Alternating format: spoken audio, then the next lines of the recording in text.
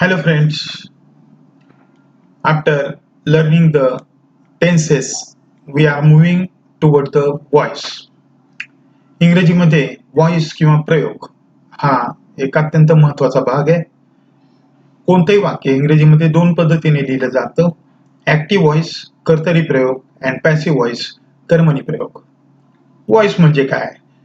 It is the form of the verb which indicates whether the subject is active or passive.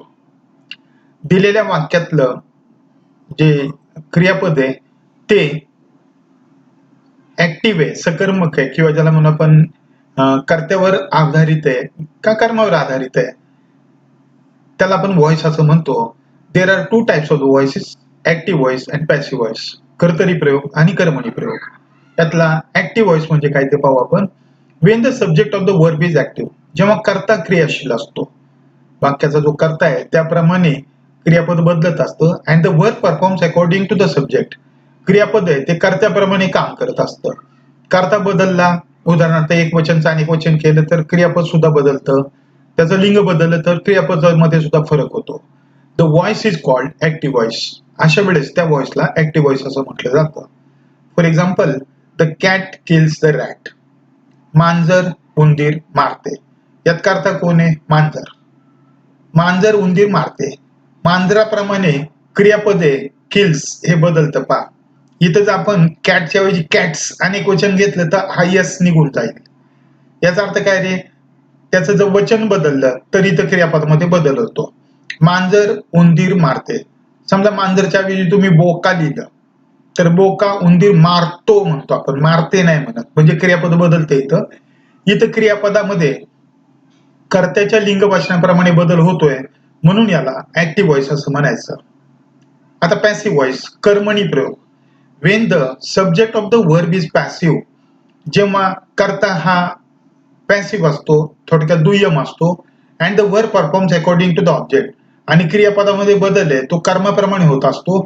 The voice is called passive voice. अशा वेळेस त्या व्हॉइसला passive voice असं म्हटलं जातं. तेच उदाहरण आपण घेतलेले. The rat is killed by the cat. उंदीर मांजराकडून मारला जातो. दोन्ही वाक्याचा अर्थ एकच आहे. इथं ऍक्टिव्ह मध्ये मांजर उंदीर मारते, मांजर करताय आणि उंदीर कर्म आहे. The rat is killed by cat. Passive मध्ये रॅट आधी घेतलं म्हणजे कर्म आधी घेतले आपण, हा कर्मणी प्रयोग आहे. इथं तुम्ही पहा, हा जो रॅट आहे त्याप्रमाणे क्रियापदात बदल होतो. Rat is killed by cat. उंदीर मांजराकडून मारला जातो. उंदीरच्या ऐवजी तुम्ही दुसरं घ्या, काहीतरी स्त्रीलिंगी घ्या, घुस समजा घेतला आपण, तर घुस मांजराकडून मारली जाते. मारली जाते म्हणतो आपण, मारला जातो असं नाही म्हणत, म्हणजे क्रियापद बदललं इथं. Comparison between active and passive voice. काय चेंजेस होतात ऍक्टिव्ह आणि पॅसिव्ह व्हॉइस मध्ये? ऍक्टिव्ह मध्ये राम इट्स अ मँगो. इथं सब्जेक्ट राम आहे, वर्ब इट्स आहे, अ मँगो ऑब्जेक्ट आहे. पॅसिव्ह मध्ये आपण ऑब्जेक्ट सुरुवातीला घेतो आणि सब्जेक्ट आहे तो शेवटी ठेवतो. पहा, पहिल्यांदा ऑब्जेक्ट घेतलं, त्यानंतर टू बीचं रूप वापरावं लागतं इथं आपल्याला. इथं सिंपल प्रेझेंट टेन्स आहे म्हणून इज वापरले. त्यानंतर क्रियापदाचं तिसरं रूप. नेहमी लक्षात घ्या, पॅसिव्ह मध्ये पास्ट पार्टिसिपल ऑफ द वर्बच वापरावं लागतं आणि मग बाय आणि करताय तो द्वितीय विभक्तीमध्ये आपल्याला घ्यावा लागतो. आता हे जे काही चेंजेस झालेले आहेत ते चेंजेस काळानुरूप होतात. प्रत्येक काळामध्ये वेगवेगळे टू बीचे रूप आपल्याला वापरावे लागतात. जर तुमचं फोकसिंग तुम्ही केलं, पॅसिव्ह मध्ये पहिल्यांदा कर्म घेतलं, शेवटी करता घेतला आणि टू बीच्या रूपावर जर फोकसिंग केलं, हे तर पीपी असणार आहे प्रत्येक वाक्यामध्ये, तर तुम्हाला व्हॉइस आहे ते अतिशय सोपं जाईल. आता आपण टेन्सेस व्हॉइस बघू. सगळ्यात पहिला जो टेन्स आहे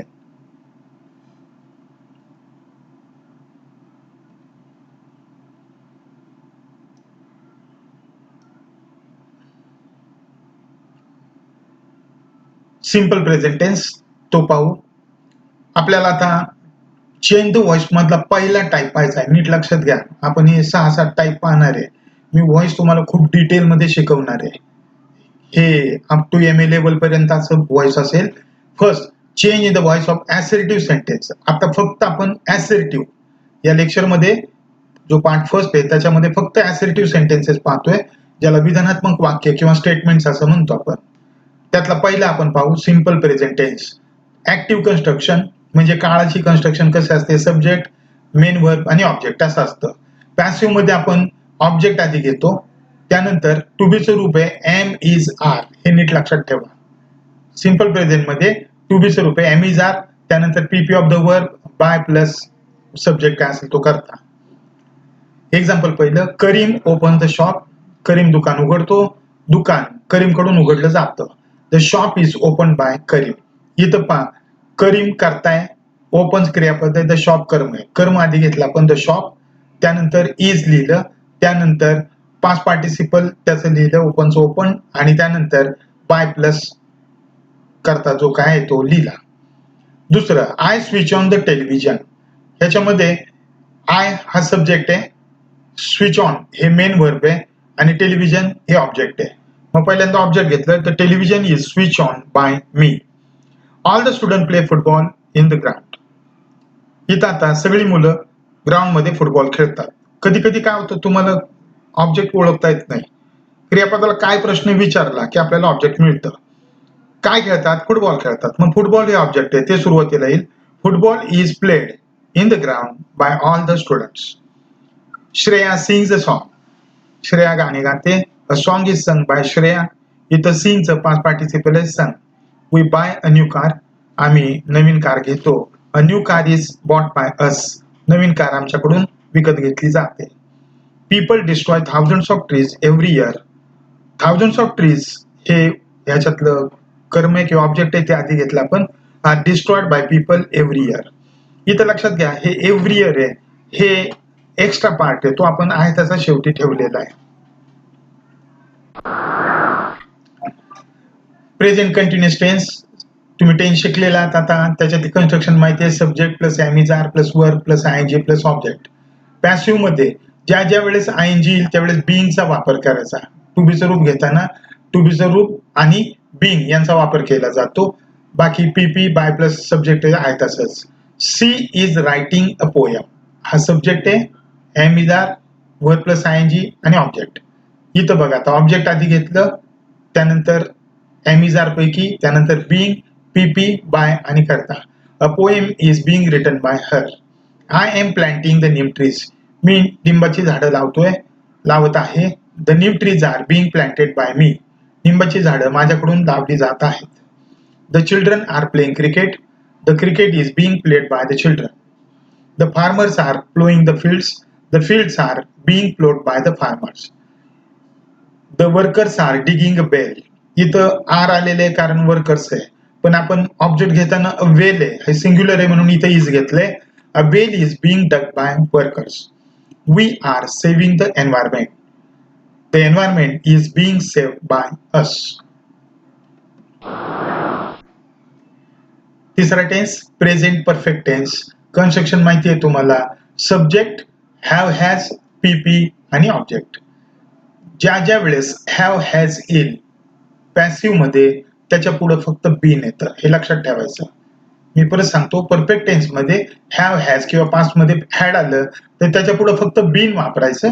ऑब्जेक्ट आणि सब्जेक्ट यांची अदला बदल करायची, बायने सब्जेक्ट जोडायचा आणि लिहायचं. इथं थर्ड पास्ट पार्टिसिपल वर पण असतं आणि इथं पण असतं, तुम्हाला नवीन शोधावं लागत नाही. She has stolen my necklace, my necklace has been stolen by her.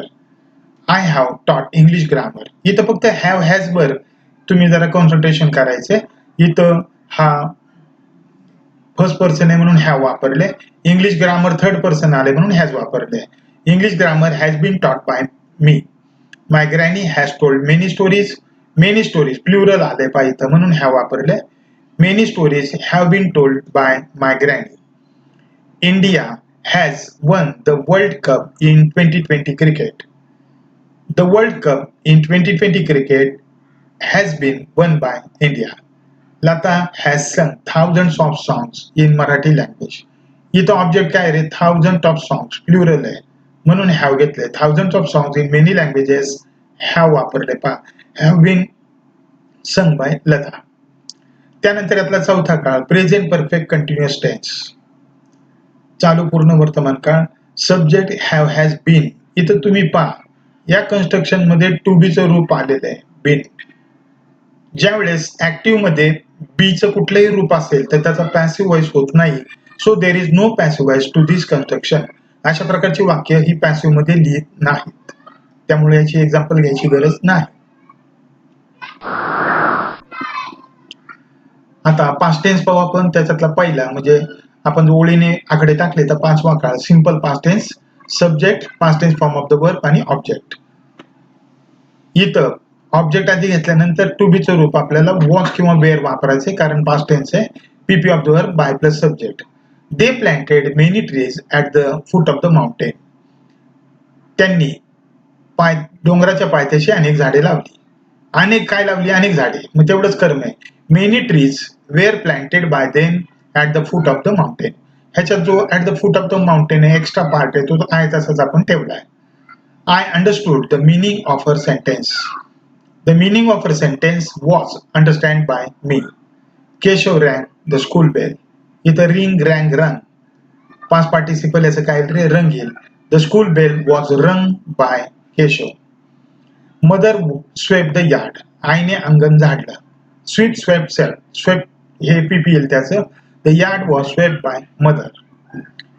We left the village early in the morning. Leave, left, left अशी तिन्ही रूप येतात. आम्ही सकाळी सकाळी गाव सोडलं. The village was left by us early in the morning. इथं लेफ्ट तसंच राहिलेलं आहे आणि टू बीचं फॉर्म आहे ते आपण विलेज सिंग्युलर असल्यामुळे वॉज वापरले. जेव्हा ते प्लुरल असेल, इथं मेनी ट्रीज प्लुरल आहे, तेव्हा आपण काय वापरले? Were. People celebrated his victory. His victory was celebrated by people. लोकांनी त्याचा विजय साजरा केला. त्याचा विजय लोकांकडून साजरा करण्यात आला. 6वा काळ पुढचा past continuous tense, active construction, subject was were, verb plus ING plus object. इथं आयएनजी आले. मगाशी सांगितलं तुम्हाला प्रेझेंट कंटिन्युअस मध्ये ज्या ज्या वेळेस आयएनजी येईल तेव्हा बीइंग वापरायचं. म्हणजे object was were, being plus PP of the verb plus by plus subject. लक्षात घ्या हे ऑब्जेक्ट त्यानंतर बाय प्लस सब्जेक्ट सेम असतं, पीपी पण सेम असतं. फक्त हा जो टू बीचा फॉर्म आहे हे फॉर्म प्रत्येक काळामध्ये बदलतं. याच्यावर तुमचं नीट फोकसिंग पाहिजे. लक्षात आलं? पास्ट कंटिन्युअस मध्ये वॉज वेअर बीइंग. हे जर प्रेझेंट कंटिन्युअस असलं असतं तर am is are being. Future continuous मध्ये शाल विल बी बीइंग असं येतं. आता बी बीइंग वापरत नाही, पण बी आल्यामुळं फ्युचर कंटिन्युअस करत नाही. They were watching the birds. The birds were being watched by them. I was learning Sanskrit. मी संस्कृत शिकत होतो. संस्कृत माझ्याकडून शिकलं जात होतं. Sanskrit was being learn by me. Granny was helping the neighbours. इथं पहा ग्रॅनी आहे म्हणून वॉज सिंग्युलर वापरलंय, पण कर्म ज्यावेळेस आपण घेतो आधी द नेबर्स म्हणून इथं काय वापरलं आपण? Were. Being help by granny. The farmers were ploughing the fields. The fields were being ploughed by farmers. The boys were flying the kites. The kites were being flown by boys. इथं fly, flew, flown याचं PP येते, flown येतं. We were feeding the sparrows. The sparrows were being fed by us. फीडचं PP येतं fed. Past perfect tense, present perfect आणि past perfect मध्ये फक्त have, has आणि हॅडचा फरक असतो. इथे हॅड आले आणि पीपी आले. तुम्हाला मगाशीच सांगितलं मी हॅव, हॅज, हॅड असं आलं की त्याच्या पुढे काय वापरायचं? Been. Object had, been, PP by plus subject. She had won the blue sari. तिने निळी साडी घातली होती. निळी साडी तिच्याकडून परिधान करण्यात आली होती असं वाक्य होईल. The blue sari had been own by her. I had bought some fruits. Some fruits had been bought by me. He had accepted the challenge. The challenge had been accepted by him. We had invited all our relatives for the party.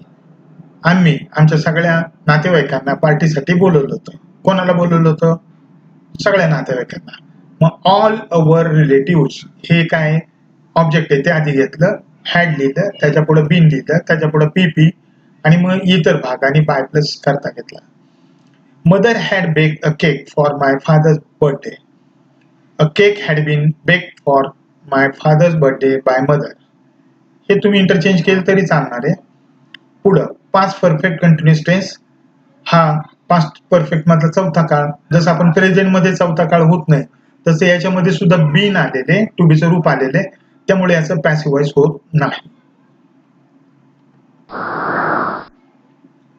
Simple future, subject, shall, will, main verb, object. इथं object shall, will, बी. आता हे बी वापरायचं, विसरायचं.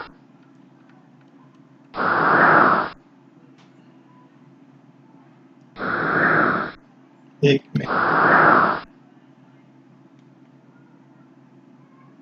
Shall विलच्या पुढे नेहमी काय वापरायचं? बी. Model ज्या ज्या वेळेस येतील त्याच्या पुढे बी वापरलं जातं. Karim will sell the caps. Karim टोप्या विकेल. The caps will be sold by Karim. टोप्या करीमकडून विकल्या जातील. I shall decorate the house. The house will be decorated by me. इथं आय आले म्हणून पुढे शाल वापरले आपण फ्युचर टेन्स मध्ये. हाऊस आल्यामुळं शाल न वापरता विल घेतलेले. All the students will sing the prayer together. The prayer will be sung by all the students together. Shreya will compose a new song. Shreya नवीन गाणं रचेल. नवीन गाणं श्रेयाकडून रचलं जाईल. A new song will be compose by Shreya. India will win the fight against corona. Bharat corona विरुद्धची लढाई जिंकेल. The fight against corona will be won by India. Corona विरुद्धची लढाई भारताकडून जिंकली जाईल. फ्युचर कंटिन्युअस टेन्स, तुम्हाला माहिती आहे त्याची कन्स्ट्रक्शन सब्जेक्ट, शॅल, विल आणि बी. परत इथे बी आलं पहा. ज्या ज्या कन्स्ट्रक्शन मध्ये ऍक्टिव्ह मध्ये बी किंवा बीचं कुठलंही रूप आलं तर त्याचं पॅसिव्ह करत नाहीत. इथं नो पॅसिव्ह कन्स्ट्रक्शन. त्यानंतर 11 future perfect tense, subject, shall, will, have, PP आणि ऑब्जेक्ट. इथं परत हॅव आले पहा. आणि मी सांगितलंय तुम्हाला हॅव, हॅज, हॅड आलं की त्याच्या पुढे फक्त काय घ्यायचं असतं? Been. Object, shall, will, have, been, PP, by plus subject. बाकी सगळं आहे तसंच आहे. ऑब्जेक्ट सुरुवातीला घेतलंय, सब्जेक्ट नंतर घेतलंय. फक्त हे जे टू बीचं रूप आहे त्याच्या पुढे बीन वापरले. They will have planted mango trees. त्यांनी आंब्याची झाडं लावलेली असतील. आंब्याची झाडं त्यांच्याकडून लावली गेलेली असतील. Mango trees will have been planted by them. I shall have read the novel. The novel will have been read by me. इथं रीड, रेड, रेड तिन्ही रूप त्याचं स्पेलिंग आहे तेच राहतं. प्रोनाऊन्सिएशन जरी वेगळं असलं तरी पीपी त्याचं तेच आहे. He will have taught English poem. English poem will have been taught by him. We shall have invited all our relatives for the party. All our relatives will have been invited for the party by us. दोंडीबा will have killed the snake. दोंडीबाने सापाला मारलेला असेल. साप दोंडीबाकडून मारला गेला असेल. The snake will have been killed by दोंडीबा. Future perfect continuous tense. Subject, shall, will, have plus been. इथं परत been आलं पहा. To be चं रूप आहे त्यामुळे त्याचं पॅसिव्ह होत नाही. याचा अर्थ आपले जे टोटल 12 टेन्सेस आहेत त्याच्यापैकी 4 टेन्सेसचं पॅसिव्ह होत नाही. उरलेले जे 8 आहेत त्यांचं पॅसिव्ह केलं जातं. प्रत्येक वेळेस पॅसिव्ह कन्स्ट्रक्शन मध्ये आधी ऑब्जेक्ट येतं, टू बीचं रूप, पीपी, by plus subject he construction त्याची असते. ही सगळी सेंटेन्सेस व्यवस्थित लिहून घ्या. आधी तुम्ही टेन्सेस लिहिलेले आहेत, त्यानंतर ऍप्लिकेशन ऑफ टेन्सेस लिहिलेले आहेत. खूप पानं त्याची भरलेली आहेत, त्यावेळेस खूप काम दिलं. आता हे लेक्चर मी ड्रॉप करतोय आणि याच्यातला सेकंड पार्ट मी नंतर तुम्हाला सांगेन. Till then take care. Have a nice day.